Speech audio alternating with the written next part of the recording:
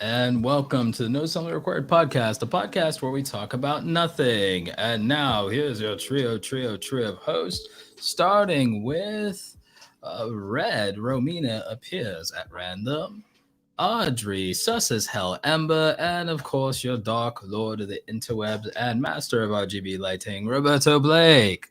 Welcome to the No Something Required podcast, filmed in front of a live YouTube audience. Please like and subscribe for more topics. Let's go. Romina, what's up with your lighting? Because I was having a party, since you decided to show up 20 minutes late. So we were just partying out over here. I had other obligations. Mm-hmm. Well, that's the answer to your question. My sister, my sister made Dean's List and also got accepted into the National Honor Society. So are we celebrating? Dang! Congrats. Man, you made me turn off. You're like making me feel bad for having the party lights, and then like you drop that, and then like I should have kept the lights on in celebration. But it's all good. We'll have it in spirit. I'll have to keep these lights. Currently, I have it set on the concentrate mode, which is just bright white light. What brand of lights is that? So Philips. Oh, it's Philips. Huh, interesting. I moved to Elgato because like the Philips was creating those God, what do they call them? But it was creating like broadcast lines. You could see it if you paid too much attention. Right. You know, there's There's a like formal term in like video for what those lines were, but yeah, broadcast lines. Are all of your lights currently right now that I'm looking at? Are they all Elgato? Like, have you changed? Yeah, if you go widescreen, you can see it. Like, yeah, this is all from Elgato. It almost looks the same as it when I had the Philips stuff, but it's it's Elgato. And also on the other camera, on this other camera, you can see I actually have them on the wall too. And that's also Elgato? Yep, also Elgato. That's dope. Nice. And I've got some Elgato sound padding, pretty much like on most of the walls here. Plus, then I had the decorative padding, which kept falling down. The M3 strips did the M3 pads, the 3M pads, double-sided adhesive, that did not work. I had to go with command strips. Which I should have just done from the beginning. I was being stupid by not just using command strips. So whenever I want to take out the 3M pads, like I'm gonna have to like paint over the walls whenever I like take those out, because it's gonna like do that. I'm gonna have to like sand that down and then like paint over it or whatever. But the command strips work perfectly. So everybody, if you're hanging anything, just use freaking command strips. Just use command strips. Yeah, I only have the one Philips Hue light. That's the only one I've got. It's the little portable one. I think it's called Go.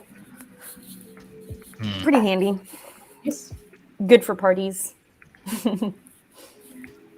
I need to get new like shooting lights because mine are one of them exploded. Filming lights. What light did you have that exploded? The cheapest one on Amazon. The cheapest box. Reach out to our homies. Reach out to our homies at Aperture, and they will literally send you a light. Yeah. Reach out to our homies at Aperture. I'm sure they'll hook you up. All they'll want is like a little shout out in a video, some Twitter love, and they'll take care of you. Just tell them you literally had a light explode, and that you'll use Aperture light from now on, and they'll take care of you. I was literally like twisting the bulb in, and it's not even like abnormally hard or anything, and it literally just shattered into like a million pieces. Atmospheric lighting, I use Elgato. For atmospheric lighting, I use Elgato. For these desk lights, I use Elgato because they're the flat desk lights. But for filming my projects, I use as my main light, I use the Aperture lights. And the only other lights that I use really is if I need flat LEDs and I need cheap, easy to move around flat LEDs. Newer is not too bad at all, and it does work properly on camera in terms of not having broadcast lines. But if you got the money and you need something cheap and Aperture doesn't give you something, or you don't pop for it yourself, because I've bought Aperture products too. I've bought everything else other than the two lights they sent me. And Deities hooked me up with some microphones. But other than that, I bought a bunch too. So if a company sends me something, I buy a bunch of stuff. Same thing with Elgato. They sent me a bunch of stuff. I bought a bunch of stuff. Same thing, right? If a company sends me something, I buy equivalent to that. Unless it would be frivolous, or I'll buy stuff and I'll give it to friends, whatever. But the Godox is what Aperture in terms of price used to be, because Aperture's not a budget company anymore. Now they're a premium brand, which is great. They still have some good budget products too. So don't sleep on Aperture. They've got things at all price points and it's good stuff. But the reason I went with Godox is because I get powerful spotlights, but also with RGB effects on them too. And they can also be controlled via app. So I have 2 Godox RGB bicolor LED for spotlights in the basement. I have my old Aperture 300 my Aperture 100D in the basement. And then here I have my Aperture 300 Mark II that they sent me. So I use Aperture lights for everything. You see how good my stuff comes out. Aperture will hook you up, Audrey. Just tell them what you need. Go look at their stuff on their site. They'll hook you up. How do you reach out to a brand and ask for things? Just like that. Actually, I'll do it. You know what? I'll just do it. I'll just treat it like no. I'll do it and I'll tag you. I'm just curious. No, I can do it and I'll tag you. It'll be great coming from me. I'm just even in general. Audrey. I just dude, Audrey's like, I didn't ask for this. You just go in the DMs, you're like, yo, send me some stuff. Like, I feel kind of weird asking. No, that's literally how you do it though. I mean, yeah, Roberto's going to do it for you, which is fine as well, but it's the same thing. I mean, whatever he says, it's going to work the same way. It's like, I don't know. So, is there like a proper etiquette to doing this? Because I don't want to speak. It depends on the product. Yeah, I mean, it depends on the product, like the brand, and then also. What if they're just nah? They're just like, nah. Well, then they miss out, you know? I mean, I reached out to Matador and I asked them for a bunch of stuff a few years ago. And by the way, if the answer is no or whatever and everything like that, I'll get you one of their decent lights for your project myself, and I'll ship it to you. I'll just buy it on Amazon today. I'll just buy it on Amazon this weekend, and I'll just. I'm not joking. I'm not playing. You think I'm playing? Think I won't? Okay. Think I won't? Don't think I won't. No, I'll do Audrey it. doesn't want it, Roberto. I don't care. You gotta respect her wishes. Do I? It's all good. Yeah, it's called consent. No, I'm revoking that in order to gift you You're things. Revoking consent To gift her things. Yeah. No, that's not how it works, Roberto. I decided that's how we're gonna make I'll it just legal. ship it back. I'll just not have my return address on it. How about that? No. Ooh, cash me outside. How about that? Roberto, what are you drinking? Water. Wait, why is it orange looking? No, it's just the glass. It's just a fancy glass. I'm not crazy thinking it look the liquid like itself else. looks orange, right? Yeah. No, it's regular water. It's just a fancy glass. What? God damn. I don't believe that for a second. It is. I mean, I can't be like, look. Audrey, look at it. Look at it. How are you going to prove it? Look, when he drinks it, the orange moves. It doesn't look like the glass is like. I couldn't chug anything but ice water like that. I can't chug anything other than ice water like that, and now I got a brain freeze. Well, that's your own fault, you know? Yeah, that is my own fault. I'm suffering now. But yeah, are we gonna get into the show? Are we gonna get let's get into the show. You are like the instigator here. You got the soundboard. You got the intro. Like y'all do. Like I'm gonna work good... on. You're guiding this right now, so like. Well, no, I'm working on a thumbnail. That's what I'm doing. Maybe we should start with the Bulldogs. Okay, that's it's a very all right. Fine. Story. You know what? I'm gonna start talking about this.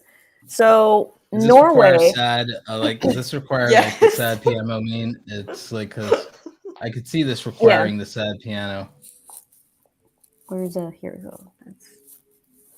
So, Norway has decided that they are going to ban the breeding of English bulldogs. That's sad.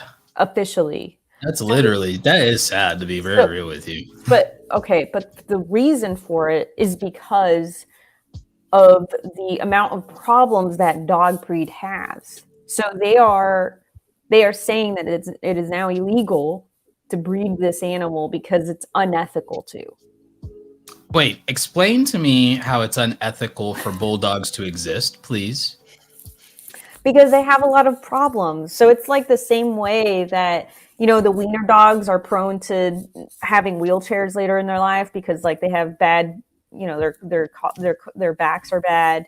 And then, like Dalmatians, like they often are like blind. They have a lot of that I did not know that. This is new to me. And pugs, like you listen to pugs, there was like like these are animals that just shouldn't exist, right? And the only reason that they do is because they've been created, right? For human convenience. For human convenience, right? So then there's like this. Okay, So that's the reason why they're saying that, like, the English Bulldog has been unethically bred. And because of it, the animal has a lot of health problems. And so they're trying to stop that because it's abusive towards the animal, because the animal just should not exist. I understand that. It still just makes me wildly uncomfortable to say that an animal shouldn't exist. Just like, I mean, that's how the eugenics war starts, right? Oh God. This hurts my heart because of Tugboat passing. This literally hurts my heart. This literally hurts. This literally crushes my soul. Yeah, selective breeding is a big can of worms, Andy. Yeah, so I'm depressed now. Yeah. I am currently wearing a beanie with the Union Jack on it in commemoration of the English Bulldogs losing their place on Earth. Jesus Christ. No joke though. No, guys, no joke. Attention to detail. I love it. No joke though. I only own 2 beanies, right? One of them is gray, which I have right here. And the other one is this Union Jack one. This is it. I didn't want to wear the gray one because it's too much gray. I'm wearing a gray hoodie right now. I didn't want to do the gray look. And so I wore this one, and I didn't even make the connection about the fact that I'm wearing the Union Jack beanie, and that I wanted to talk about the English Bulldogs. But you know what? That's just how I roll. I don't do things halfway. The attention to detail. So it's incredible. Will says, don't all purebreds have more health problems than mutts? Yes. That's technically accurate. I've heard something about this. Which, again, this is why this is news. I mean, aside from the fact that they're banning the breeding of a animal, but this is news because like this is just the start of it, right? Like, who's to say what animal gets to be bred? Right. Yeah, exactly. So like, what's the bar?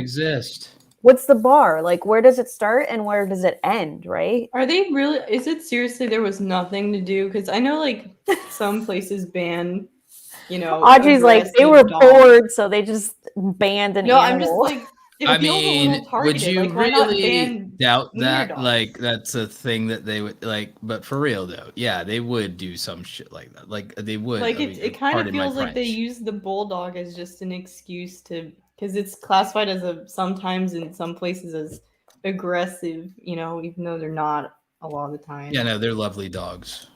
Exactly. So why not? Why the bulldog? Why not the wiener dog too? If they're going down if that's the reason. Yeah, what's the criteria? No, I agree. I understand. Like, yeah, right. no, But now here's the other thing. Are we going to get two separate sides advocating for opposite perspectives here, right? Because I think it's really easy to just say like, oh yeah, this dog has a lot of health problems, like it shouldn't exist, or like we shouldn't be breeding them. So when are we gonna I mean, but I hate the precedent that said, are we ever gonna, if we ever do that for people, it'll be a problem. Right, exactly. So are we gonna have advocates for the wiener dogs, right? That are like, well, is the wiener dog's life any less valuable now because he has a little wheelchair?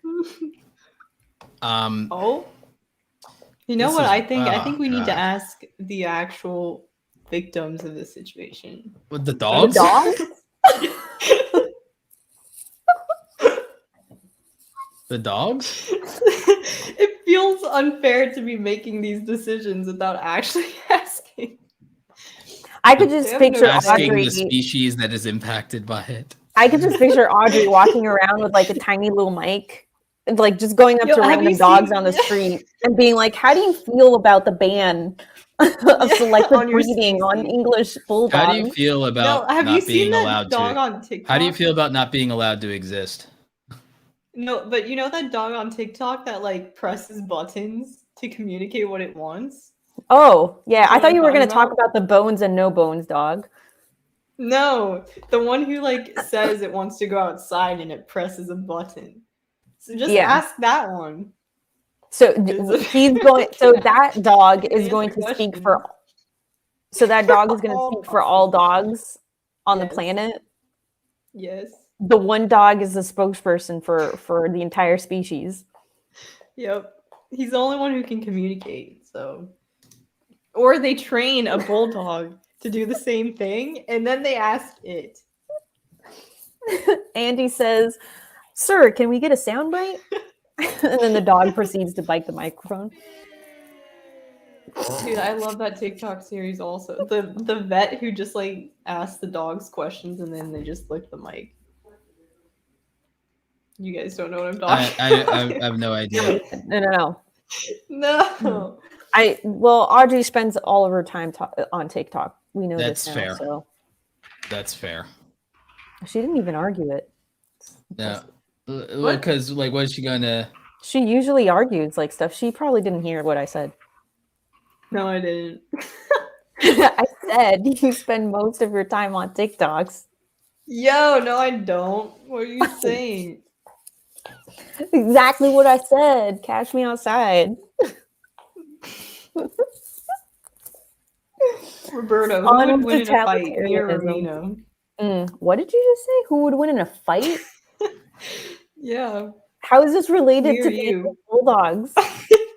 You said catch me outside. Yeah, because I don't know what we were fighting over, but so I'm asking who would win in a fight, me or you? But asking Roberto because we're both biased. I'm not biased. Romina has got like size and like you've got arm reach. I think it's like I don't know. Hell yeah. Romina though has got that like fiery Latina blood in her though. So I have a bow and arrow. I can take you out in 2 seconds. Romina's a savage. Fair. You can't use like you know what? You know what? Weapons? If it's like in a boxing or an MMA thing and everything like that, Romina owns you like Audrey. What? But Audrey, if we drop you in a Hunger Games like scenario, you probably win. No way. I feel the opposite. I feel like Audrey. I think having camped with both of you and knowing Audrey's athletic stats and abilities. My scouts knowledge. Well, that's why I would say that she would be better in a controlled environment like a boxing match. No, I think I'd just be better in both. I think that she beats you. I think she beats you in the Hunger Games. I'll take the cue. All right, I'll exit. I think she beats you in the Hunger Games. Oh God! I'm the only one here that owned a bow and arrows. No, I have two. You forget, I was a scout. I actually also won the Arrow of Light award. I know how to make a bow and arrow. See, that's maybe where the downfall would happen, because I can actually make one. Wow. So you guys have all these assumptions about me. This is what would happen. No, I don't have assumptions. I have y'all stats. These assumptions are harmful. I've camped with both of you. I have a good These assumptions are as harmful as the Norwegian saying that the English bulldog shouldn't exist. And I resent it. Dude, Romina, did you hear what I said would happen? I would make a bow and arrow, and then you would steal it from me while I'm sleeping. And I 100% would. With my pocket knife.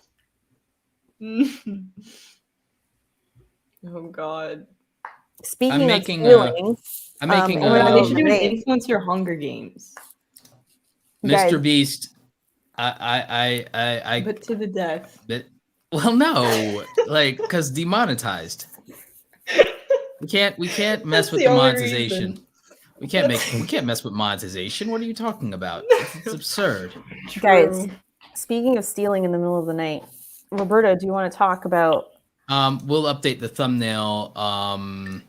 We'll update the thumbnail before that. Are they Audrey? Did you want to go on the whole? Wait, I just set up the perfect tangent, and you're really gonna just fly over me right now? All right, I guess be the other one last. I just set up the perfect. All right, so we really want me to go before. He's preoccupied with the thumbnail. I'm just saying that the segue was on point. It was on point. It was a dope sub. That's all I needed. If you don't want to talk about it, that's fine. We can save it for not yet. Yeah. Well, no, I want to talk. It's just not yet. All right, Audrey, do you want to jump in and talk to us about Dan Mace? What's going on with him? Sure. I watched. He's doing a Discovery thing. I don't know what the platform's called. A Discovery show. Discovery's cranking out all kinds of influencer programs. Dude. I edited one. It's literally insane. I grew up watching Discovery Channel, and now it's literally just YouTubers recycling content for. I feel like that really started with Coyote Peterson. Coyote Peterson took off with the help of Discovery. His earlier videos were sponsored with Discovery. I think that, and the thing is, you have to remember the Philip DeFranco show was once owned by them too. Yeah. Really? And then they're also messing with a lot of reality stuff. Their reality stuff has been really popping off. So yeah. I didn't know Philip DeFranco was. He was owned by them. He bought back his IP. Dang, that was probably a good idea. Yeah, no kidding. Because Discovery is literally just I don't watch the channel. There might be other stuff, but from what I've seen, it's so many just YouTubers either recycling content that's literally already up on YouTube and just reacting to it on a Discovery show, or making original content for the series, which is what Dan did, which is cool. I kind of like. So it was his content that already existed. It wasn't new, nothing new. No, Dan's stuff is new. Okay, because David Dobrik got a series too. Yeah, David Dobrik got one, and then some other YouTubers that I think are getting some. Hey, I just gave you the new all thumbnail. Influencers. Yeah, I just gave you guys a new thumbnail. What do you think of that new thumbnail, y'all? What works? I can share with the live audience what I did. The bulldog. Yeah, I like the bulldog in the middle. Guys, I think that was a good idea, talking about the bulldog. That's cool. I do too. I really got invested in the. Yeah, no, I think storyline. So often, when Roberto gets inspired, he'll work on our thumbnail for our videos that you see, or rather for our episodes that you see on our YouTube channel. And so what you just saw right now is the thumbnail that he just created, which is now going to be the cover for this episode. It's got a bulldog in the middle, and it's got two influencers on the side. I was like, I don't know how to describe them, but I mean, I guess they're kind of, one of them is crying, and the other one's being a little scammy. Yeah.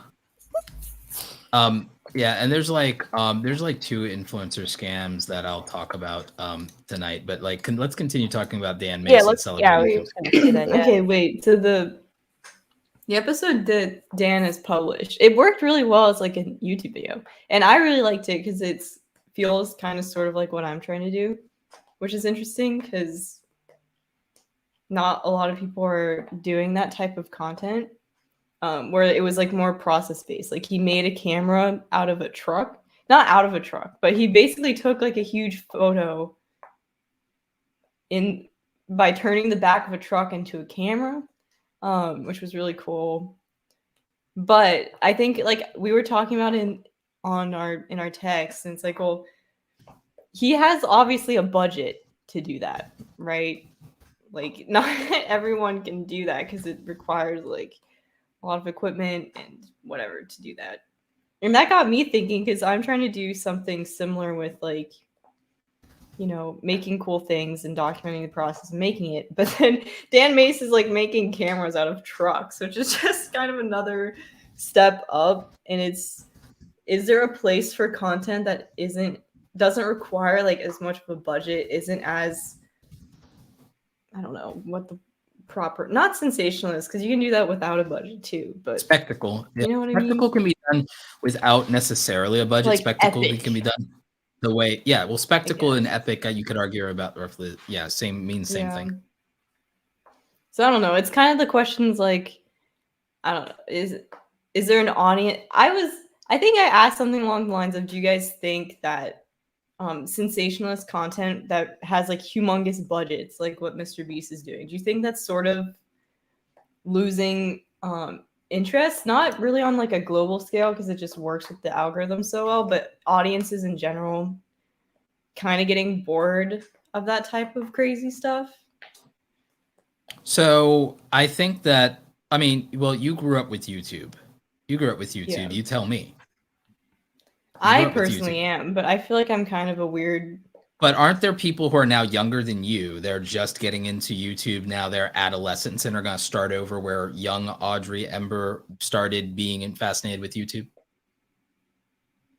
Yeah, but they're probably watching like things that are more popular now, which is more spectacle driven.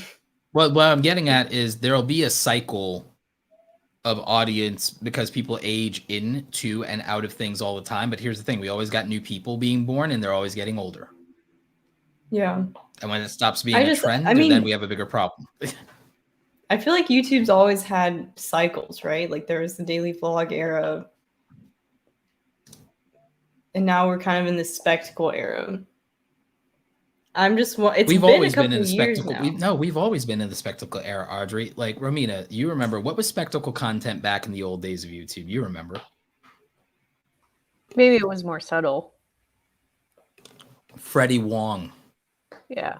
And Smosh. I think it's like special effects kind of stuff. So back in the day, spectacle content. Well, actually, back in the day, Smosh was Mr. Beast before Mr. Beast was Mr. Beast. Right. Smosh was doing spectacle content in the early days of YouTube, low budget or no budget. They were doing the kind of content, like, remember, Mr. Beast, before he started doing the things that he's known for now, what was spectacle content for Mr. Beast? It was getting 100 people into T-Rex costumes and taking them to the mall. Yeah. Yeah. Smosh was doing stuff that you could argue is spectacle like that back in the day. Back in the day, there were people who were doing that kind of thing. Pranks were early. It was just it was pranks were spectacle content back then. A different type. Yeah. Yeah. Pranks were spectacle content back in the day before pranks became not safe for work and pranks became scams and pranks became dubious, like shady influencers. Mm-hmm. So like there were people doing they were like Toby Turner. Tobuscus was doing big spectacle stuff before he got like canceled, like, which I still don't fully understand his cancellation, because you basically had two influencers at that time in a relationship where, you know, substance abuse was involved. So I don't know who's credible in that when both people are not reliable narrators, but we know how that goes. For the era in which he got canceled, we know how that goes. Mm-hmm. He's the big influencer, so he's the person in the wrong, the end.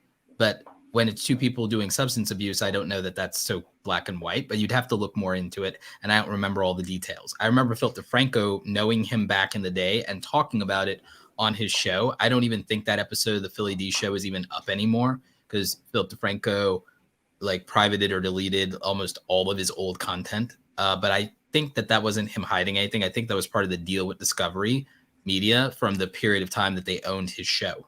But I digress. The point is, there were like OG YouTubers, many of them aren't around anymore, and they did spectacle and pranks. Most of them either aged out, were canceled, or their content became out of favor with what direction YouTube was going. But there were people doing spectacle content, and there were people who used to be bigger than PewDiePie doing spectacle content. Ryan Higa comes to mind. Like super OG YouTuber, was once the biggest YouTuber for a time period. Smosh, Ryan Higa, they were the biggest YouTubers for a while, and they were doing spectacle content. Freddie Wong was huge. His spectacle content, though, was VFX based. He was huge. Watching Freddie Wong content was an event every Friday. Like, yeah, that's what used to be the spectacle content of the old days. It was VFX Audrey, and pranks. And feel like as if this kind of stuff is unattainable. Do you think you kind of? I don't think there's anything wrong with it. I don't think it's. I mean, there's obviously a line where it becomes unattainable, but like going back to the Dan Mace thing, I think it's. I feel like I keep seeing, and maybe I'm just like in a weird niche because that's my interest, or I don't know. I'm like looking for it, but I keep seeing videos of like, especially from young people, talking about how they just kind of want more stories and less like crazy, like, you know, things every single time. And I think that's cool. I don't know how, if a lot of other people are thinking this. Normally, whenever I have that feeling, it means that there are at least a pretty solid group of people who are thinking the same thing. And once I start seeing those videos pop up, I was like, all right, it's not just me who's thinking about it. Yeah, no, that's fair. So, I like that Dan Mace is getting some shine. He's getting his flowers, and like that's dope. I loved the episode. It was awesome.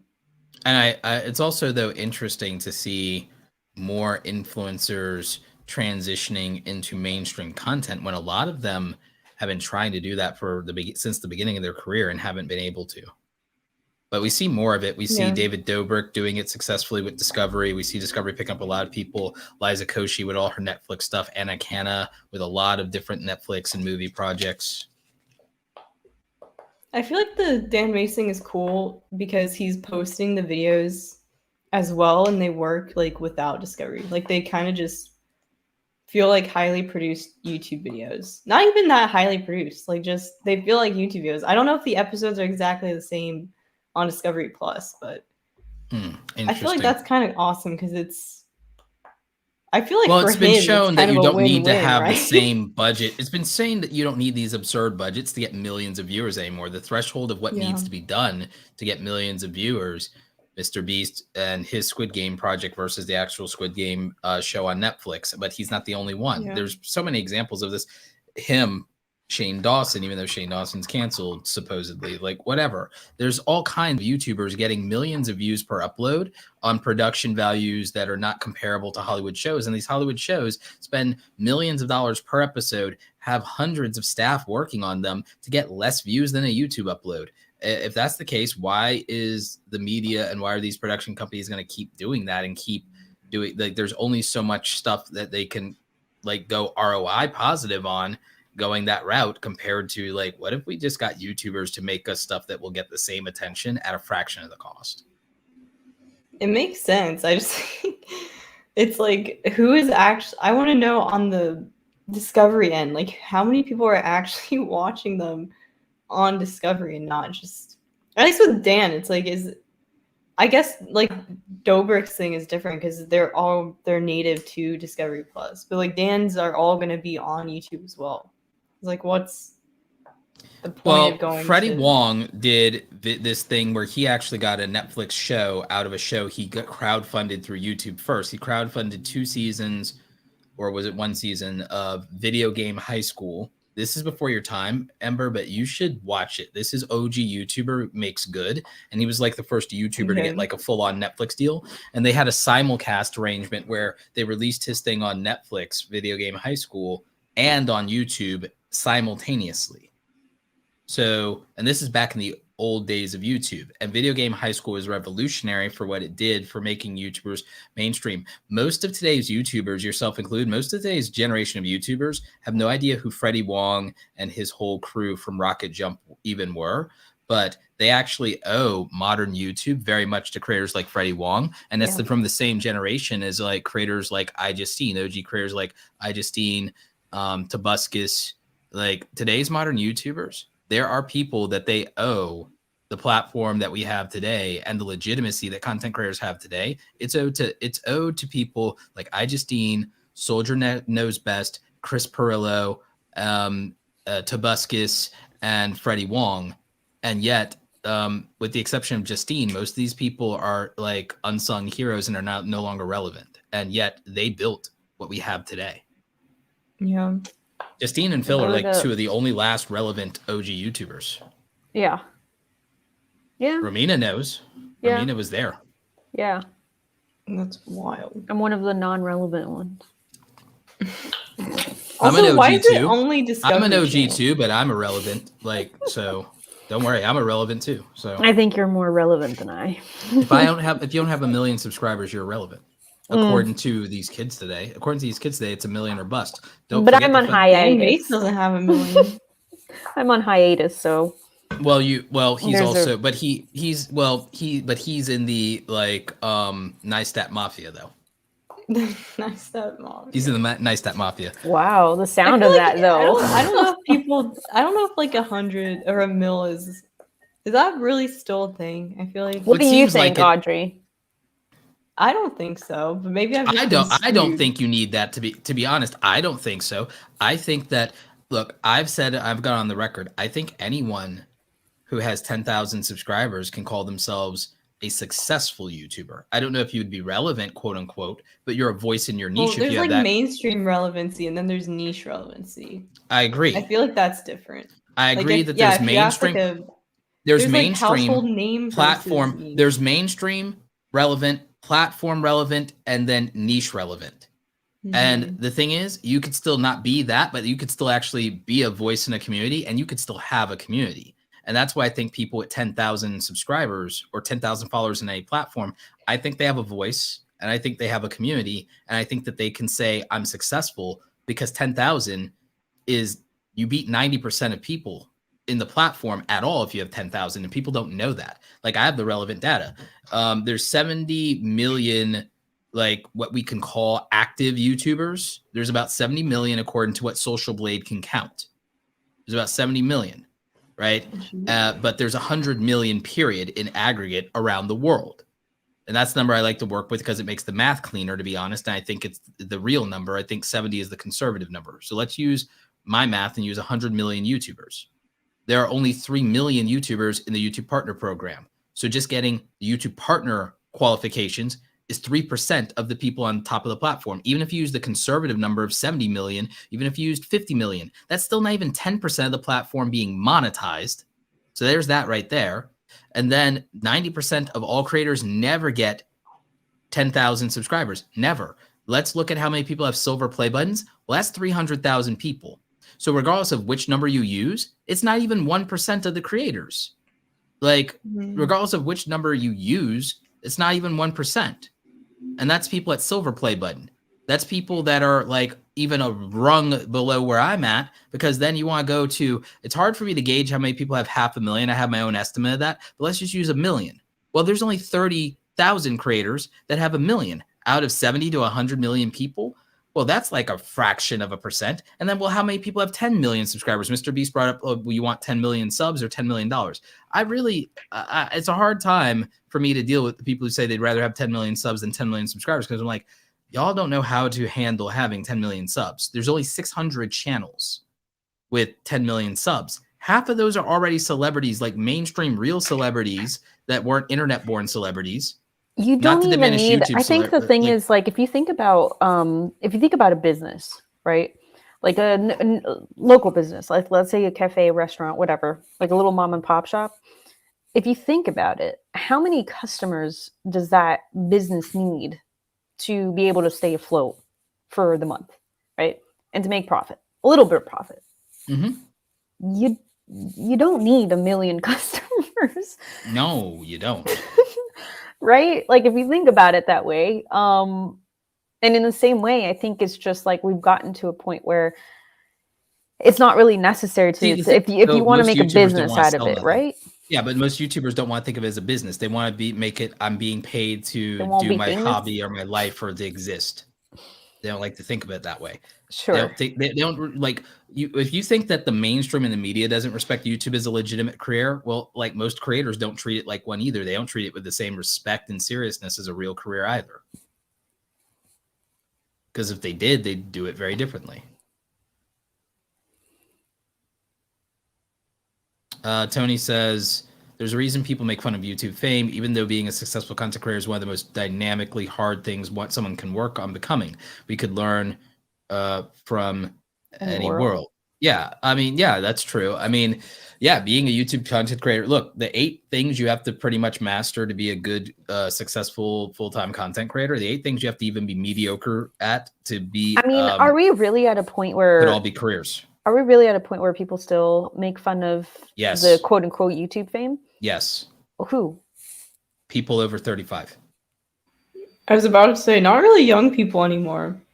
People over 30. It was never young people, not really, aside from people who bully their friends at school for thinking that they're going to be. And then if they actually blow up, it's like, oh, crap, can I be in a video? Or, oh, wow. Like, yeah, my mom ain't like that. It wasn't really if you weren't. It was only if you were like trying to make videos, then they'd make fun of you. I guess that's really stupid. But I was also a kid who got picked on for drawing and for art and for doing stuff and everything like that. And I actually have people that like used to know me in high school and used to either not pay attention to me or used to laugh behind my back or even to my face or even bully me. Now try to tell me they're proud of me. It's like there's this like Daddy Fat Snaps did this really great rap about this anime character Deku from My Hero Academia, and there was like this line about like, you know, I remember you was clouding me. Now sudden all y'all are proud of me. And I like that line resonates so much with me as like, oh yeah, like when I was nobody, y'all were clowning me. And now all of a sudden y'all want to say you're proud of me. It's like that line resonates with me so much as a kid that was bullied in school for all the things that are mainstream and popular and that I'm good at now. It's, you know, that's real.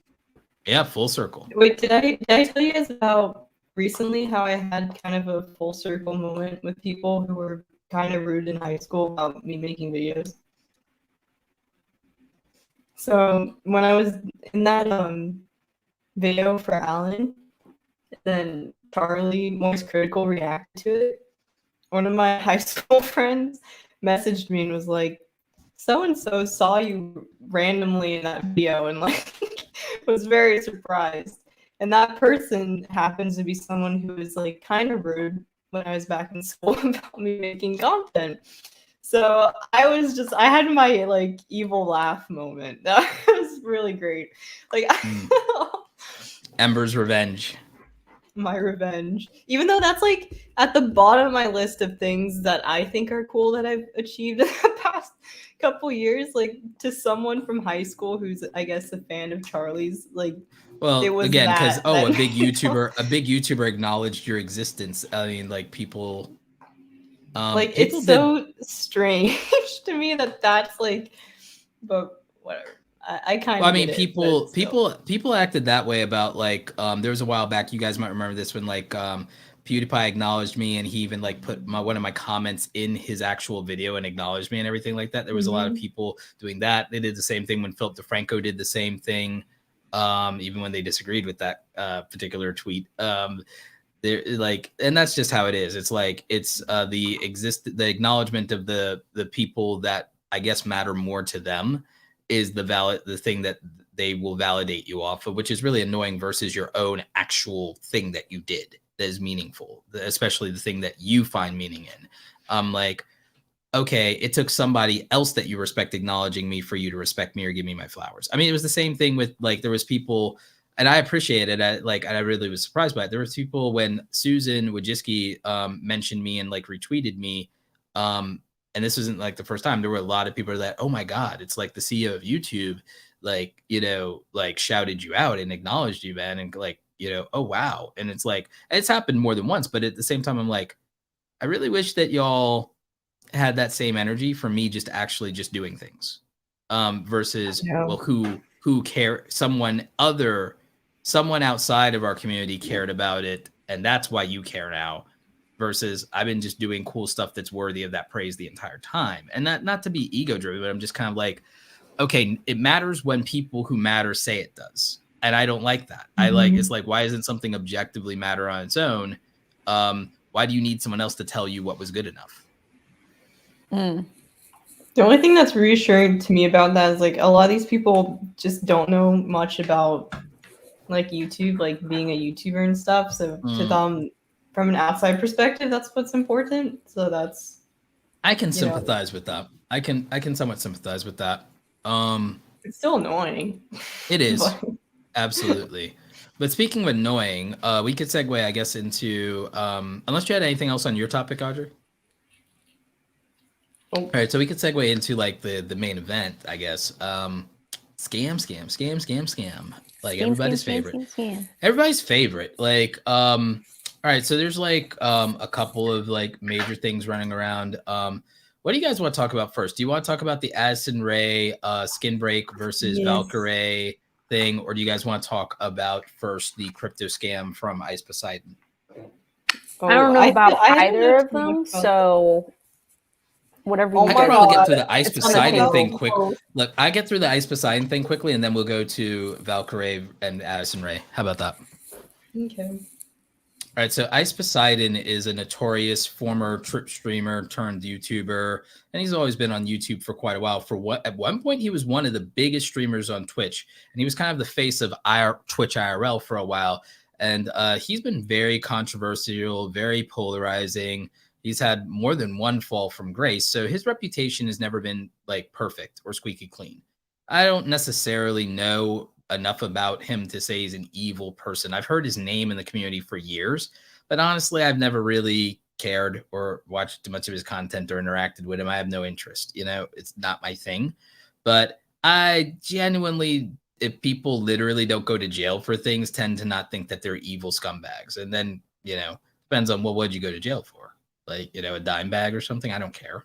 So whatever, right? The crypto scam stuff gets on my nerves because most crypto projects are empirically, the evidence says most crypto projects are legitimate. Most people involved in the crypto world are not running scams, not involved in scams. Over 50 million Americans hold some form of cryptocurrency, and that number is growing to numbers that would very soon reach the number of people that voted for either Joe Biden or Donald Trump. So I think Bitcoin's legitimacy and Ethereum and that stuff, it's undeniable. A lot of old fogies in Congress disagree, but it's like literally the number of people, the more people are believing and invested in this thing than people voted for the members of Congress. So what do you do with that? You can't delegitimize something that many people come together, put their own hard-earned money in and believe in, right? So I hate when there are crypto scams because it undermines, and that's all anyone talks about. And most of this stuff is legit that's out there because you have like a very large percentage of Americans that believe in this and put their money in. They can't all be stupid. I know it's nice to think that and to dunk on people and be reductive, but it's like, okay, you arrogantly really believe you know better than that many people. Like, and you want to say it with your whole chest. Okay, great. Like, let's see what happens when you mess up. Right. So that kind of thing bothers me a lot. Now, what really bothers me here is he straight up in broad daylight scammed his fans, and CoffeeZilla rightfully exposed him, dropped the whole interview and stuff like that. And he consented to the recording. So Coffee is fine. He's not breaking any like consent laws in any of the like two-party consent states like Florida and Texas, because that's important to understand that you can't just you have to know what the state's laws or the country's laws are when you deal with recording people, and consent matters.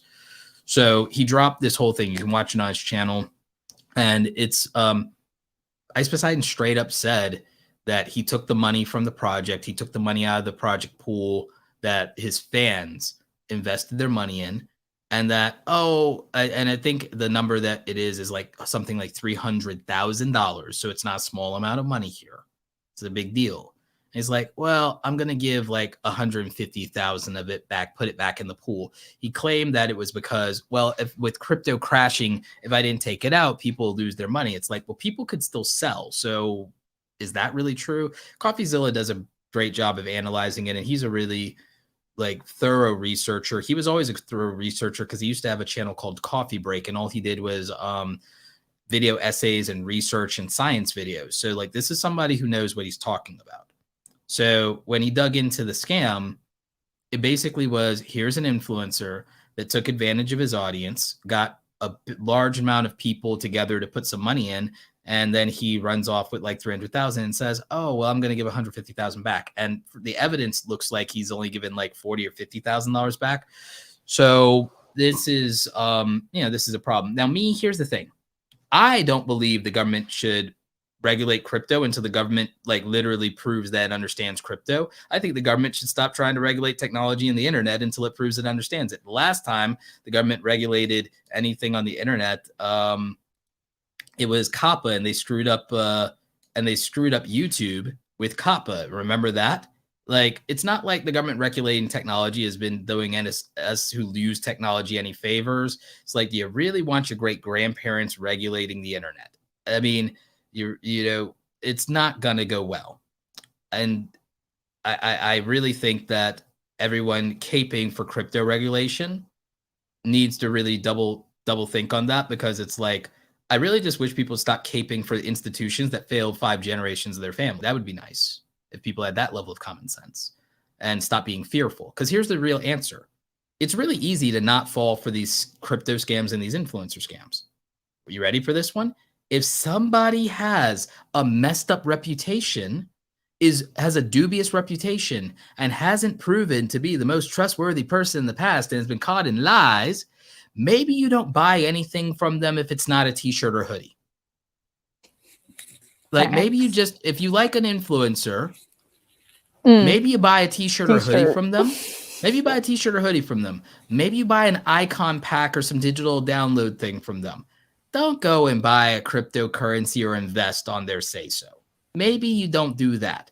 Maybe if somebody is not like above board or nothing like that, if they have any scandals, maybe you don't invest money with people who have scandals. Maybe you don't invest money with people who have dubious reputations or are shady. It's not hard. And in general, you know what's a real easy way to not get scammed? Don't try to get rich quick. Do something for 10 or 20 freaking years like most rich people consistently, and grow and take some gains over time like most rich people, and don't try to get rich quick. That sounds hard, Roberto. And don't try to get rich quick. Like, so what? So what? Oh, like, stop trying to. It's like, oh, you tried to take the quick and easy route and it went badly. Oh, say it ain't so. My God, getting scammed is not like avoiding getting scammed is not freaking difficult. It's not that difficult. Like, the exception is email scams. That's easy to fall for. Email scams, especially lately. Like, it can kind of be easy to fall for impersonation scams. I got sympathy for that. Kind of phone like scams, reverse mortgages, email scams, especially if you're older. And if you're, I was just gonna say fake IRS scams. I got total sympathy for all of that. Those phone calls, man. I have very little patience for people you went crypto with an influencer, or you voluntarily looked out for this you got crypto with an influencer that's had scandals before in their past, and you got rug pulled or scammed. Oh, say it ain't so. And this is not to let scammers off the hook. I'm saying, I'm just like, I'm 38 this year. I'll be 38 this year. I'm getting old and impatient and grumpy. I ain't got much sympathy left in me. Y'all beat it out of me over 40 years. You know, type in the chat for the victims. Yeah, sure, fine. Like, because again, I'm not giving dudes who out here and like people out here scamming their fan. I'm not giving them a pass. Yeah. But I'm saying that person's a scumbag. But also, some of y'all are like some of y'all. I'm trying not to be mean, but it's like some of y'all really, I have to wonder, when God was passing out common sense, were you taking a leak? Did they pass over you in line or something like that? I mean, my Lord. Like, Christ, man. This is not difficult. This is not difficult. Right. Don't make financial situations. Desperation's never a justification for making bad choices in life. I'm sorry, it's not. And I say that as someone who's tasted what desperate looks like. It's not do you think I would be excused, Romina, do you think I'd really be excused if I used desperation for an excuse for bad choices? Do you think anyone in society would really care? No. Right. So no, I if people have scandals, if people have dubious reputations, if people are not squeaky clean above board, maybe, just maybe, you don't make massive financial decisions and investment decisions and do anything crypto with them. It doesn't mean crypto and NFTs are inherently bad. It means that don't go messing around with people who may not be good dudes and got a reputation for not doing it's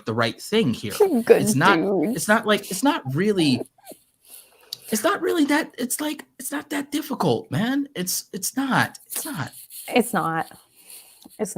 I don't know. What do y'all think? I've known a number of seniors who have gotten scammed, personally, and I know pension how scams, mortgages. That's different. Yeah, I know how painful that can be. But I mean, if you go and you do something irresponsible with your money, that's I have all the sympathy in the world for seniors and non-tech savvy folks who get scammed.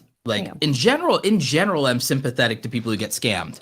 I'm not as sympathetic to the audiences of people who are already supporting shady people. You see what I'm saying?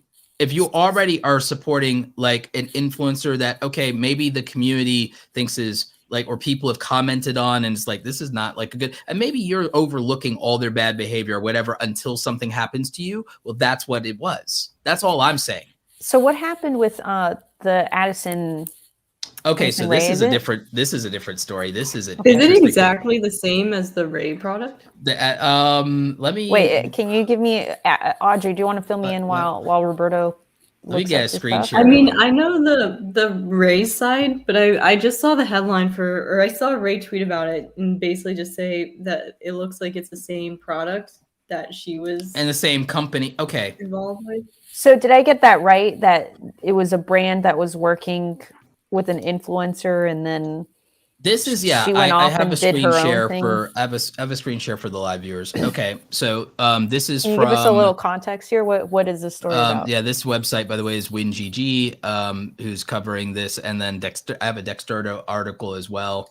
Okay, so the context is back a couple of months ago. Valkyrae, the largest female streamer, huge gamer, YouTube gaming sensation, part of the Among Us crew with and also part of Offline TV. And also, I believe formerly a co-owner in 100 Thieves. Because I think under the scandal, I think under the scandal that she may have either she took that out of her bio or she I have to double check. She might be, but she might still be co-owner in 100 I don't think Thieves. she technically works with Offline TV. I think she just kind of appears in there. Videos. Yeah, that's fair. So to be accurate, to be super accurate. But okay, so I know these things. Wait, so did I get it backwards? She was working with a brand, and she's co-owner. She's still co-owner in 100 Thieves. All right, so she was working with a company to develop a product, and I think it's that really they approached her, because I'll explain why that's really kind of more or less what's happening here. Yeah. So her and a company were bringing out a skincare product for a problem that may or may not exist. Right. Now, as everyone on the panel is familiar with, science is ever evolving, and what is a fact today may not be a fact 2 years from now. Yeah, look at the English Bulldogs. So science is always changing, and facts are apparently something that may develop over time, and we have to let science evolve, right? When it fits our narrative, right? Like Pokemon. And so the thing is, the current science says that blue light doesn't really damage your skin any more than anything else, the blue light emitted by electronics. And so a skincare product that is supposed to protect you from blue light is just a marketing gimmick. And what people call marketing gimmicks today, people use marketing gimmicks. They use the slang term scam when it may not be actually fraudulent. But everything that is not above board, the slang term for it now is scam, even if it doesn't constitute what the legal definition of a scam actually is. That all being said, Valkyrae was dragged and harassed and bullied and attacked left and right under the guise of the idea that she was trying to scam her fans by releasing this beauty makeup product that addresses a problem that doesn't exist. The blue light from the screens, and this was a brand called Reflect, but with no vowels. That's how it was spelled, Reflect. Well, now Addison Rae is coming out with literally the same product, same marketing, same branding, but it's called Screen Break Blue Light Skincare. And Addison Rae is not getting the same backlash. Now, to understand part of the difference between their communities, Addison Rae is one of the biggest TikTokers, and her audience also skews much younger than Valkyrae's. She's also a lifestyle influencer that's more aligned with lifestyle and beauty and things like that. Valkyrae is a gamer and is also in more of a niche that caters to, I would say, young adults and adults. So more people in their young adulthood and early 20s, an older, more skeptical and more tech savvy audience that isn't just going to necessarily go along with an influencer and what they're doing and will push back and challenge them. So Valkyrae tweeted out that she is really shocked that apparently it looks like the same company that tried to make her the face of this product and use that to, push it through a partnership, has partnered with Addison Rae, and there's less criticism. And the thing is, even with people tweeting this, blowing this up or whatever, Addison Rae's own fans and community are not criticizing her, and it looks like they really just don't care. And it's really unfortunate because Valkyrae got harassed and dragged and was had her entire reputation challenged over this. And now, a few months later, this same company is just using a different influencer in a different niche, and people don't have the same energy. Addison Rae is not getting the same criticism, the same smoke, the same treatment, and the story is not being covered that much by commentators. And I think the reason is most of the commentators, especially in the male gaming adjacent communities, Valkyrae is huge in a different niche and in a different way and is more of a YouTube personality. Addison Rae is not as much of a YouTube personality. It's the TikTok world. It's much younger viewers that these commentary channels don't share an audience with, whereas Valkyrae's audience, the commentators share an audience with Valkyrae through both gaming and YouTube itself. A TikTok influencer in the lifestyle and beauty niche, that doesn't work for gaming commentary bros. And because it's a blue light thing, well, most people in the beauty niche probably don't know, aren't educated, and don't care. And the thing is, the beauty, drama, get-in type commentary channels, not really that interested in Addison Rae, and their audiences actually don't even overlap with her much as well. And it probably just wouldn't get them enough views. It wouldn't stir up anything. And it's so the thing is, the story is largely kind of dying in terms of she's not really getting the same level of aggressive pushback. And I attribute it largely to the overlapping communities, the demographics of the communities. And this is weirdly a scam in broad daylight. If you want to call it a scam, then it's a scam in broad daylight. I think that it's misleading marketing, which people say, well, misleading marketing is a scam, but it's well, I would argue, honestly, that almost anything in skincare and almost anything in lifestyle could be accused of misleading marketing if we're being very honest with ourselves. So I think almost all advertising in the modern era around lifestyle products could be labeled that way, but I don't think most people would find it acceptable to call them scams. I think people decide. I think if a big enough person decides that something's a scam, I think if a big enough platform or a big enough publication or a big enough influencer says something is a scam, then most people just say it's a scam. I don't think there's any consistent definition anymore for scam. I think words don't matter to people anymore. But that's what's happening. That's the story. That's my explanation of the story, is that Addison Rae is doing the same thing and not getting the same treatment. And there's some people who got words to say about it, but it doesn't seem to matter, because what matters is what your community thinks. If you're an influencer, what matters is what people in your own community think.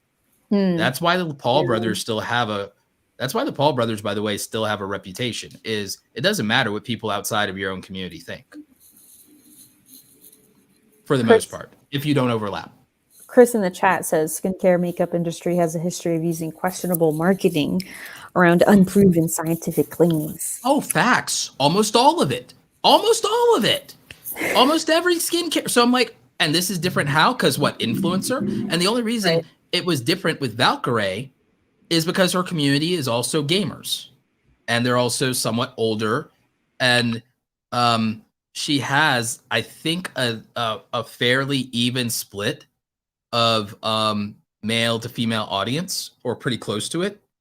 Whereas Addison Rae has a mostly female audience who, like, again, they're used to what beauty products market and how they market. So they're like, I would argue, you both can tell me, you both can tell me at this point in the skincare and beauty and female product lifestyle niche, like, are you guys basically blind to the idea that like you're kind of blind to it because it's just all so blatant? I mean, you tell me.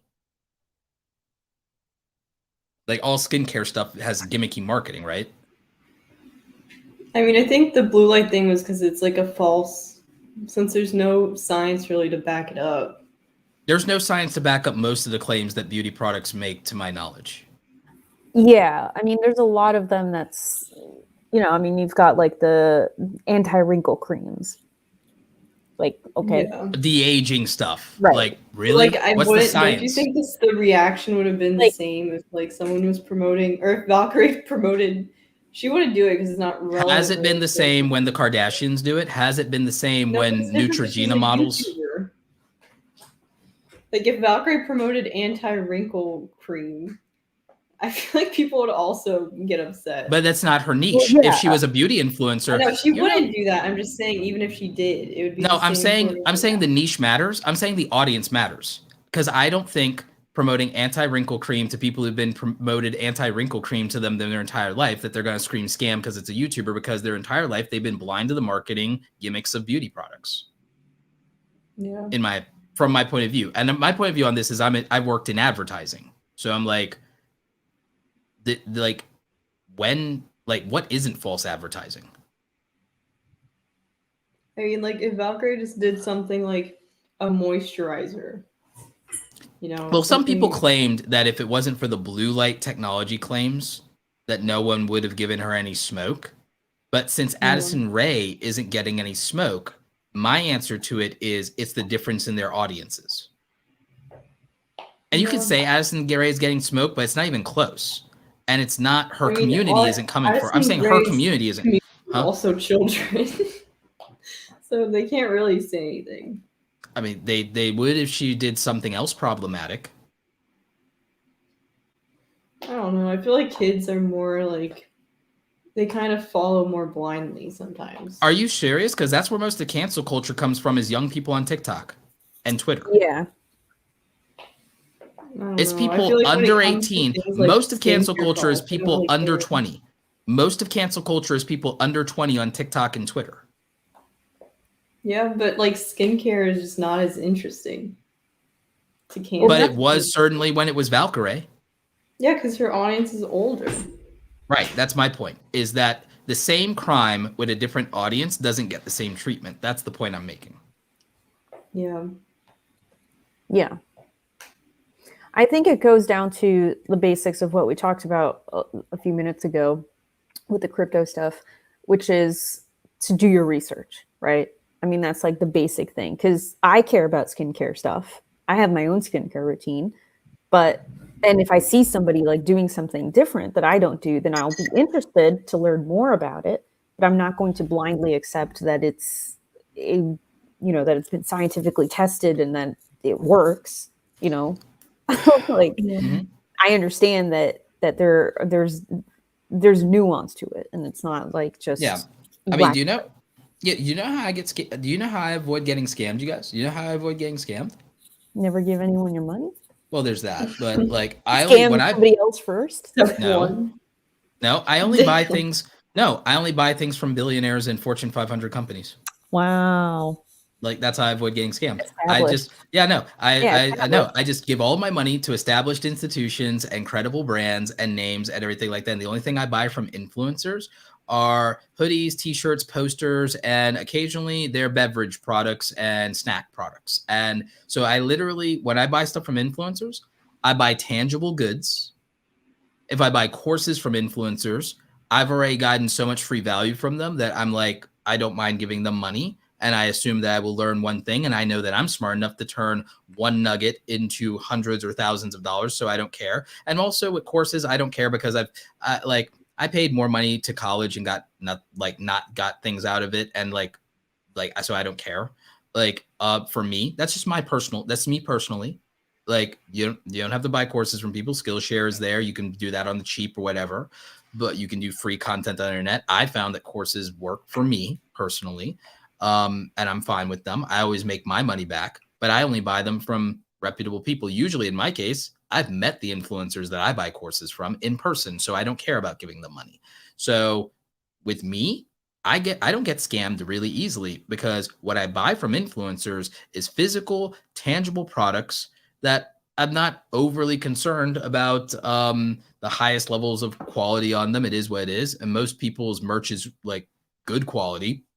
And I don't care. I'm supporting them. I don't care. For me, it's no different than a super chat, right? It's no different than donating to them. And I just happen to get a product. So I don't care. It's money I would be fine with the influencer having.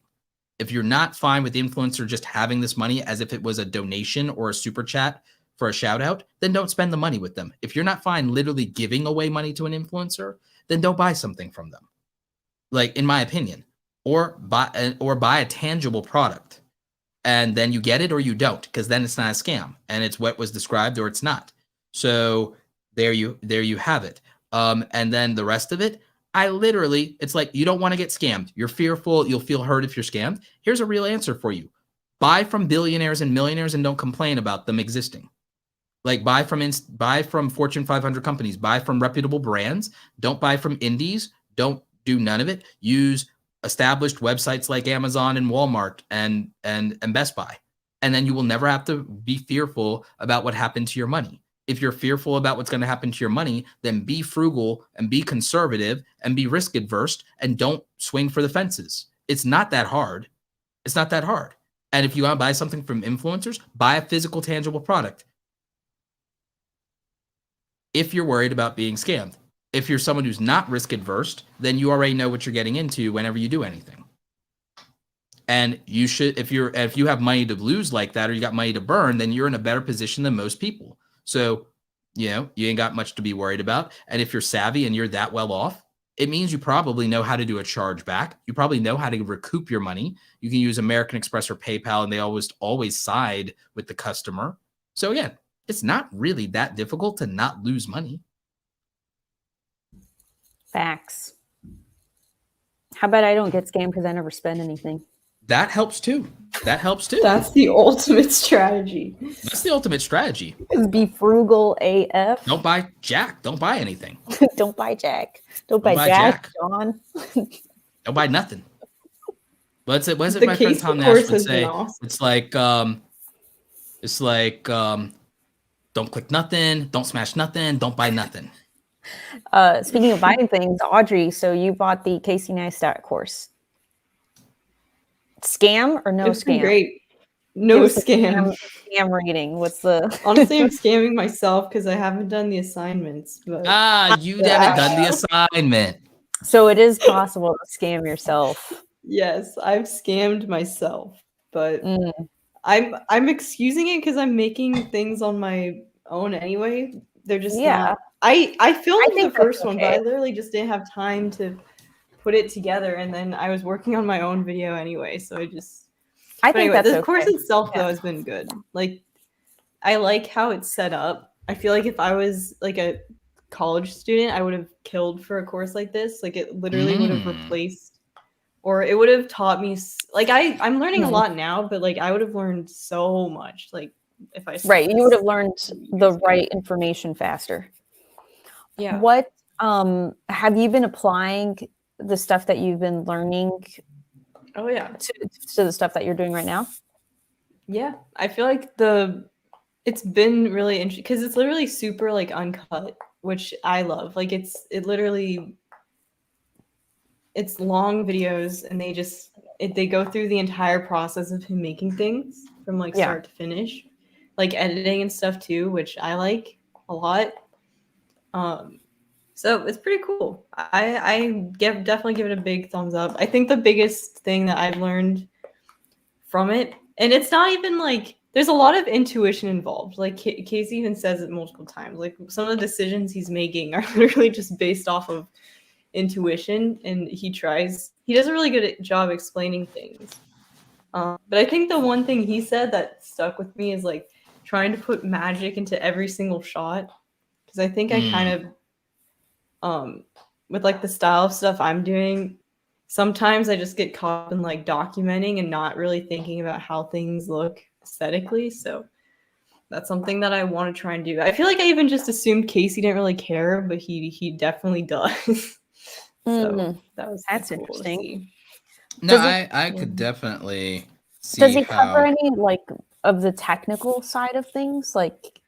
A little bit, like, I think he said, like, when he was talking about, like, what gear he used, he's like, I'm not going to go into detail because there's 50 billion YouTube videos you can watch about, like, this camera that I'm using. You know, we're not really there to learn about his gear specifically. And plus, there's a huge emphasis on gear doesn't matter. It's more just about, you know, storytelling and stuff. He goes into a lot of specifics with editing, which is cool. And even shooting, like what he's thinking about when he's shooting and setting up shots and stuff. That's interesting. I'll take the next round of his course. Like, Audrey, do you actually think though that it would do anything for like someone like me? Because it's like, I'm not out here, like, when I want to make art, I make art, and that's literally me painting or drawing or doing art. It's like, I'm not out here making art. Yeah. Like, y'all are out there making art. Like, do you think his course has, I feel like I know it has value, but like, of content do you think I think the biggest thing I'm learning is like storytelling.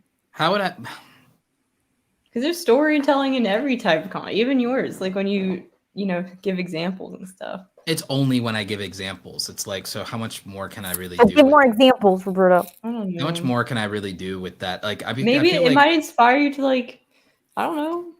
I don't know. It's only useful if I end up making content like. If I make, but see, here's the thing. Why should I? Why, like, I mean, this is a little imposter syndrome. No, it's not about not want to. It's like, why the hell would anybody watch a video that I make if I make a Colin and Samir or a Patty Galloway video about here's the story of one of the biggest YouTubers? Why the hell would anybody give a damn about me making a video like that? Why not? When they can watch Patty Galloway or they can watch Colin and Samir do it, because they already do a good syndrome. No, but really, real talk and everything like that. I'm not like, who gives a crap what I think about, like, well, why do they care about Patty Galloway? I can tell you why right now.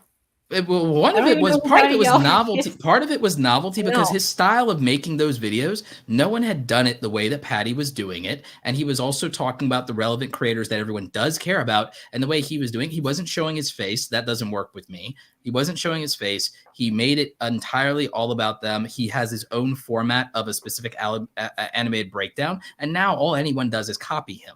So there's that. Colin and Samir directly interview these people. I've interviewed big creators and it hasn't mattered. Like, I never get views on it. It's like, I did the same interview with Marquez more or less that they did, but I did it years earlier and it got like a whopping 12,000 views. It's like, so like what storytelling? It's like, what the hell is that? Like, it doesn't work. Like, no one cares about me telling stories. No one cares. Well, maybe you got to get better at telling stories. Well, then I suck at telling stories then.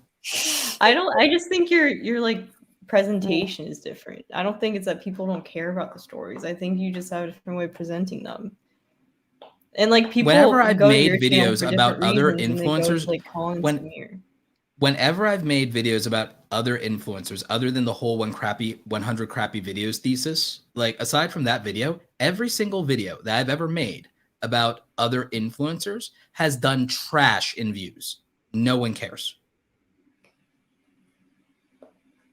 Maybe it will work on YouTube Shorts, and maybe there's value in short form, concise storytelling, and I'm going to probably experiment with it that year. And again, maybe it is imposter syndrome. Maybe this is a subject for another episode or something like that. I don't believe that 100,000 people give a shit what I have to say about somebody else's success, because it's proven never to have worked on my channel. I've done 1,000 videos. I've tried this maybe, yes. And yeah, I've only done it maybe, or tried it maybe 20, 30 times. But out of 1,000 video of like 1,500 videos, I've seen what performs and what doesn't. And apparently no one gives a shit what I have to say about breaking down and explaining other people's success. I have a question. Because it's never cracked 100,000 views whenever I've done it, except once. Actually, no, the Mr. Beast video thing hasn't even cracked 100,000 views. It's like I barely have any content that I've ever done about another influencer that's ever cracked 50,000 views. So apparently that means nobody cares. I have a question for Audrey.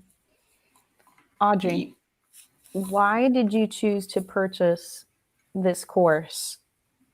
That's a good question. You feel like there's enough content on YouTube or enough information that's available to you for free online from top creators? I'm not talking about just like anybody, you know.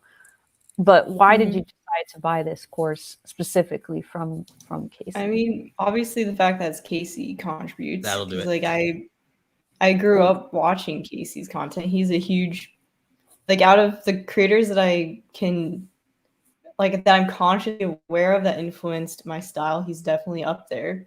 So I feel like it was more, relevant for me to watch one of his courses than some other random vlogger that I've never really watched before. And I was curious to see, like, because Casey's talked about, like, how he makes his videos before in interviews and in videos, but never like an hour of uncut footage of him just editing. And like I've made videos where I literally made a video where I tried to recreate his style, and through making that video I learned a lot about like how he makes his videos. But goddamn, if this existed before I made that video, that would have been wild. But no, it's different because you're just kind of like, I like watching and like learning through watching other people literally make things and talking about why they're making things. And this is literally that. It's like, hours. Oh, I think this is perfect for you. Process. No, I think this and Colin and Samir's storytelling course works perfect for a creator like you. Yeah, no. But see, like I haven't bought Colin and Samir's course because even though I don't doubt that it's really good, it's just they haven't, impacted my personal journey as much. So it's not that I don't value their opinion. It's just, I don't know. There is something there where it's like, if someone that like heavily impacted your growth as a creator makes a course talking about their process, you just want to know, because it's kind of like you've been trying to almost emulate it for a little while in your own way. And now they're literally just telling you exactly how they do it. It's very interesting because it's almost like I'm trying to see like, oh, what did I already know? Or what did I guess? Or what have I been doing based off what I thought he did? And then I actually get to see how he's doing it. I think it's really, really interesting personally. I checked. And I haven't like bought a course in a long time. Like this is, I bought it for that reason. I checked in on my channel after all these years. There's only maybe 3 videos that you can say are storytelling videos in any way, shape, or form. There's only 3 of them out of 1,500 videos that have ever even come close to like or exceeded 100,000 views. That's not even close. And out of everything, you'd want to do? Here's the thing. I think that here's the thing. I've told stories on stage and it works in person. And that has worked for me in person. It's not that I don't think I have the capacity for storytelling. It works when I do it in person. Storytelling and doing the style of storytelling, I think that I could literally spend 50 hours. And here's the thing. Every time I've edited a video for more than 10 hours, it's always done trash views on YouTube. Every single time, without fail, without exception. Every time I've tried to do cinematography, every time I've tried to do editing, every time I've tried to do that YouTube meta, every time, the videos have underperformed and it has been trash and it has been garbage and has not gotten views every single time. And literally every video of mine that has 100,000 views has usually the least amount of editing and is a direct to camera video for the most part and is purely educational value. And the storytelling video of like make 100 crappy YouTube videos like Mr. Beast and PewDiePie is the only video that's ever even come remotely close to being a banger or performer. And even with that, the main thing there was, yes, there was a minimal amount, there was some editing and minimal amount of editing there. And one of the things that I did in that video was I filmed my talking head point part of it mostly in black and white because I just figured in that might actually be interesting or different in retention, that if when I'm talking, I'm in black and white, and whenever I show anything from these creators that's in color, that would just be an interesting visual break device. But you can't reuse that gimmick over and over again and milk that kind of thing. It wouldn't work, and it's not a style, and that's, you know, it is what it is. But anything I've ever done that was involved or contrived, or the kind of things that you, some of y'all like to do where you spend 20 or 30 or 40 or 50 hours on a project, every single time I've done it, it's been a waste of my damn time, and it's been a waste of the audience's time because it underperformed every single time without fail, without exception. I kind of see that because you're defining it's the validation. You're not getting the validation that you need. It's not practical. If I spend 50 hours on something for it to get less than 10,000 views, if I spend 50 hours on something for it to get less than 50,000 views, it was a waste of my damn time, because 50 hours of me monetizing my time is a big deal. It's a huge deal for my business, for the other projects I could be working on, for the fact that I could have just been consistent and given my audience what they do rock with. I could have made like a month's worth of content with the same time. Like, this is why I don't believe in quality over quantity for all niches. Like, it doesn't work, because if I spent 50 hours and I just made what my audience shows up for and rocks for, I could have 3 videos a week for an entire month. Some of them will be bangers, and I could do 1 million views, do $8,000 to $12,000 in that month on the views, up the rates on my brand deals, and then what? Like, to try to follow the philosophy of all the big YouTubers and all the people who teach courses, to follow the philosophy of quality over quantity has never worked for me. Not once when I've tried it. It's been a waste of my time. It has been a waste of monetized opportunities. My audience didn't respond to it and didn't ask for it. And then it's just frustrating as hell. Why bother? Like, it doesn't work for me. It doesn't work for me. It has never worked for me. Okay, outside of the actual success or failure of it, do you get any joy out of creating? Only in the process, only up to a point, because doing anything for an extended period of time in the process, to do it that long, you have to enjoy it to be doing it that long. However, when you cannot justify a certain amount of doing that at the expense of other things that are beneficial to you and beneficial to other people, when there's no reward at the end of it, it's just you might enjoy more in the long run. That you might enjoy more. It's just a damn disappointment. It's just a damn disappointment. And the thing is, even on the doing one for you, one for them thing on that, it's still, I can't justify spending time on something that I'm putting out there only for it to fail.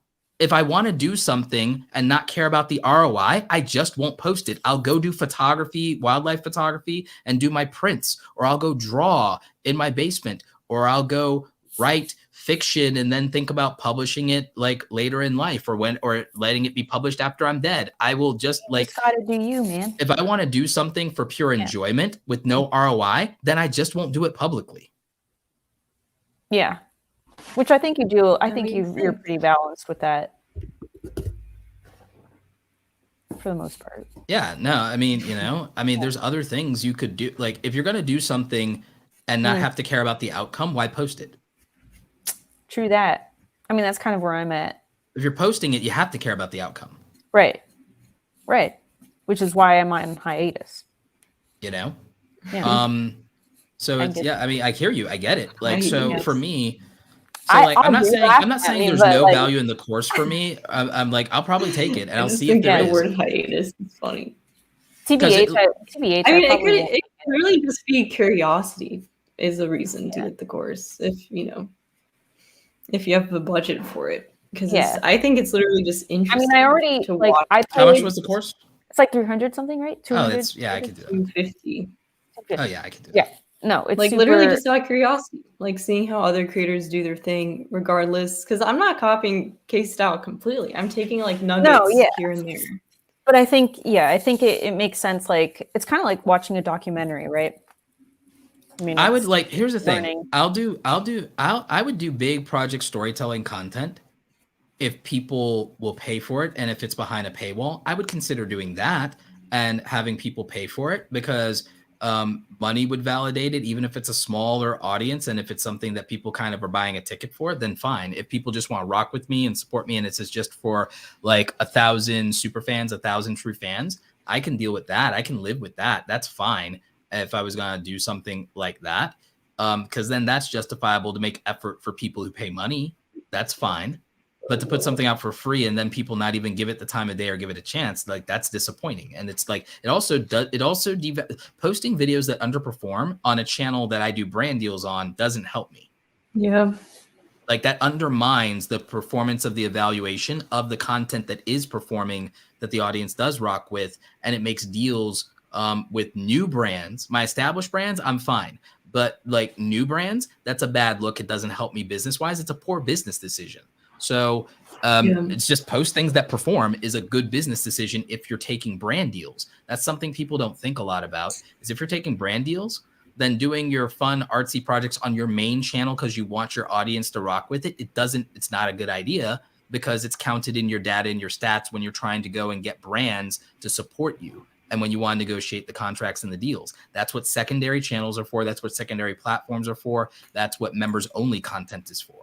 That's the reason. And it sucks because it's like, oh, well, you're suppressing expression. Well, when it's your career, sometimes, yeah. That's just the harsh facts of it. Sometimes, yeah, when it's your career. Oh, that's why that's why I'm not an artist for money, by the way. That's why I'm a business-based creator and I'm not an artist for money. I do my art so that I never have to worry about whether people want to support it.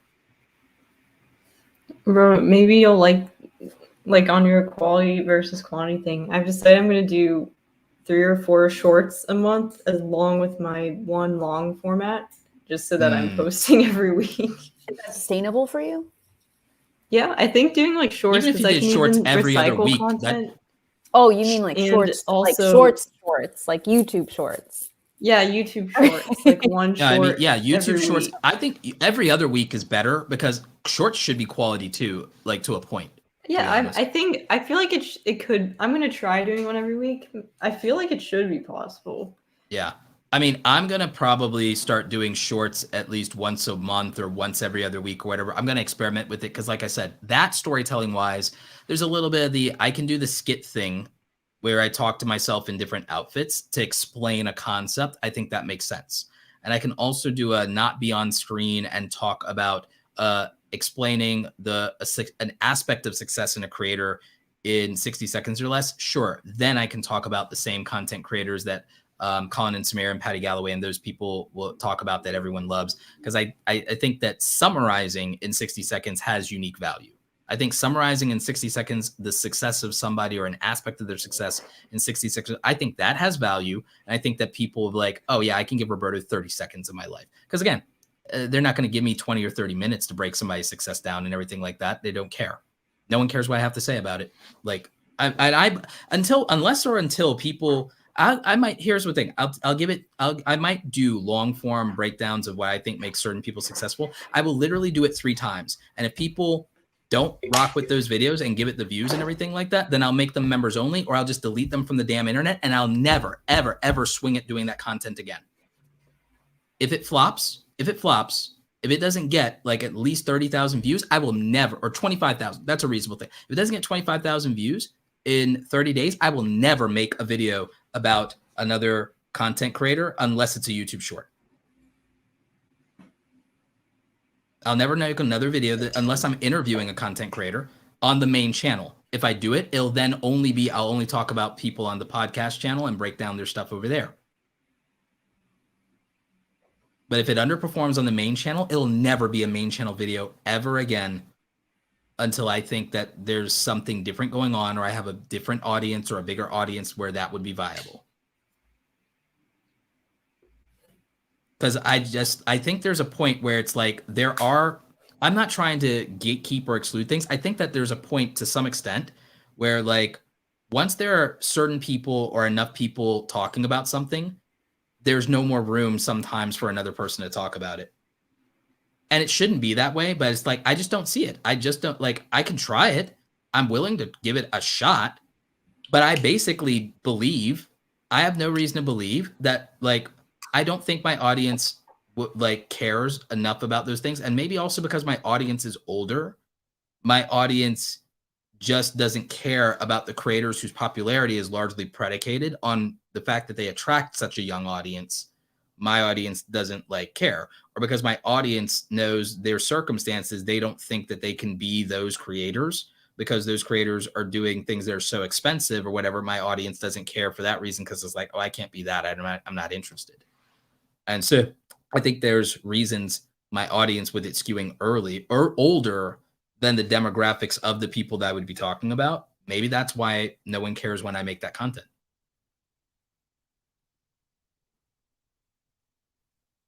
I think it's just different, like, because of the audience that you've built already. If you haven't really done that in the past, it's harder probably. Well, I mean, I have tried it in the past. It just didn't work. Yeah, but it's not like exactly, what you built your channel around in the first place. Like, if these people don't know who, whoever it is you're talking about is, why would they? You would think they would, considering the massive size of these people, but I don't know. So, but it's like, but yeah, I mean, if it's not going to get a response, what's the point? Well, it seems that we've been going for almost 2 hours now. Oh my God. We're short of 20 minutes to the 2 hours. And Audrey's got previous engagements. So, oh, that's right. Yeah. Yeah. No, we just got. I'm posting a video tomorrow, I think. Hopefully. You think? It kind of depends on what Alan does. Gotcha. Well, look forward to maybe talking about it next week. Next week is our 100. Oh, I would like to ask you guys a question once this is over. Okay. Oh. Next week is our 100 NARP. Next week is our 100th anniversary. So anybody who's on the live stream, do something. Set up an alert. Put it on your calendar. Guys, write it on your whiteboards. Come next Thursday, 7 p.m. ish, depending on whenever Roberto decides to show up, Eastern Standard Time, and join us for the 100th celebration. Yeah, we gotta do something. I'll get like one of those party poppers. Y'all, I already have a cake. So I was gonna say, right? You just exit out and put 100 episodes. And I got balloons over there. Like I'm good. Right? I'm good, guys. Yeah.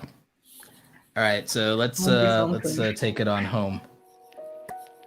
Thank you for listening to No Something Required podcast, episode 99. Romina, did you have something? No, the music is it's wonderful. Yes, continue. Yes. So thank you for listening to episode 99 of the Know Something Required podcast. This has been your trio of hosts, starting with Random Romina appears, Audrey Ember, and your Dark Lord of the Interwebs, Roberto Blake. Please remember to give us a rating and a review if you enjoyed the program. Please suggest things to us on Twitter that we can talk about. We love to cover the stories that you want to hear about so that you'll actually watch us or listen in the audio world. This has been another wonderful episode. We'll catch you next week for our 100th episode extravaganza. Until next time, nah.